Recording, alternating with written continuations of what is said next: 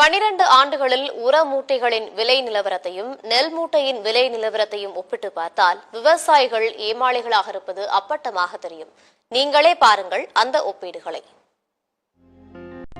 2010ஆம் ஆண்டு ஒரு மூட்டை பொட்டாஷ் 280 ரூபாய்க்கு விற்ற நிலையில் தற்போது 1700 ரூபாய். அதாவது 12 ஆண்டு கால இடைவெளியில் ஒரு மூட்டை பொட்டாஷ் 1420 ரூபாய் உயர்ந்திருக்கிறது. அதேபோல ஒரு மூட்டை 140 ரூபாய்க்கு விற்ற சூப்பர் பாஸ்பேட் 1250 ரூபாய் உயர்ந்து தற்போது 1390 ரூபாய்க்கு விற்பனையாகிறது. 450 ரூபாய்க்கு விற்ற ஒரு மூட்டை டிஏபி 12 ஆண்டுகளில் 900 ரூபாய் உயர்ந்து 1350 ரூபாய்க்கு விற்பனையாகிறது. அதேபோல 450 ரூபாய்க்கு விற்ற ஒரு மூட்டை காம்ப்ளெக்ஸ் 12 ஆண்டு கால இடைவெளியில் 1020 ரூபாய் உயர்ந்து 1470 ரூபாய்க்கு விற்பனையாகிறது.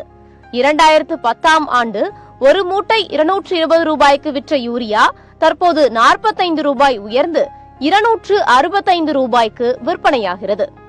இப்படி எல்லா மூட்டைகளிலும் தலா ஒரு மூட்டை என கணக்கிட்டால் 2010ஆம் ஆண்டில் உரங்களின் மொத்த விலை 1540 ரூபாய் மட்டுமே. ஆனால் 2022ஆம் ஆண்டுடன் ஒப்பிடும்போது 6175 ரூபாய். கிட்டத்தட்ட உர விலை 5 மடங்கு உயர்ந்திருக்கிறது. இது ஒரு புறம் இருக்க, அப்படியே உர விலை உயர்வு நிலவரத்துடன் நெல் விலையை ஒப்பிட்டு பார்க்கலாம். 2010ஆம் ஆண்டில் 900 ரூபாய்க்கு விற்பனையான ஒரு மூட்டை நெல் தற்போது விவசாயிகளிடமிருந்து 1250 ரூபாய்க்கு கொள்முதல் செய்யப்படுகிறது.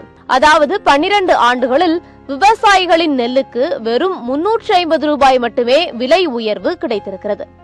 இங்கு நிலைமையே தலைகீழாக இருக்கும் போது எந்த வகையில் விவசாயிகள் முன்னேறுவார்கள்? ஒரு மட்டைய வச்சு பந்து அடிச்சு கிரிக்கெட் விளையாடுறவன் 100 கோடி சம்பாதிக்கிறான். நடிகைய கிஸ் அடிச்சு வில்லன்களை அடிக்கிற மாதிரி நடிக்கிறவனும் 100 கோடி சம்பாதிக்கிறான்.